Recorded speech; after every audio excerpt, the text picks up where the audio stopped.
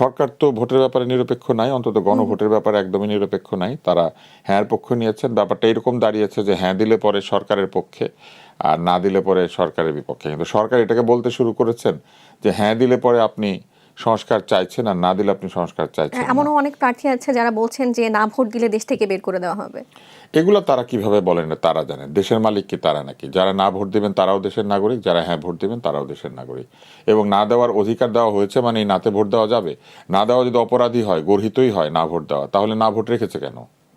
তাই না? এসব উদ্ভট কথা বললে হবে না। এবং এমনকি সরকার বিভিন্ন সরকারি প্রতিষ্ঠান, আধা সরকারি প্রতিষ্ঠানকে এই কাজে নিয়োগ করেছেন, তাদের যে ফান্ড সেটা ব্যবহার করে।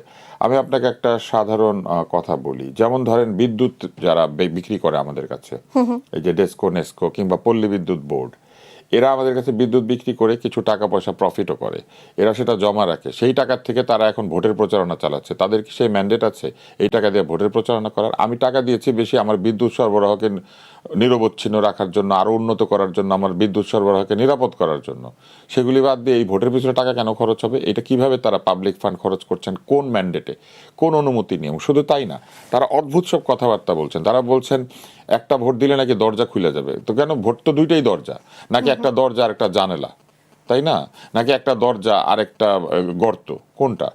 একটা ভোট দিলে নাকি দরজা খুলবে, আর একটা ভোট দিলে দরজা খুলবে না, মানে কি? এগুলো তো মানে যৌক্তিক কথা না।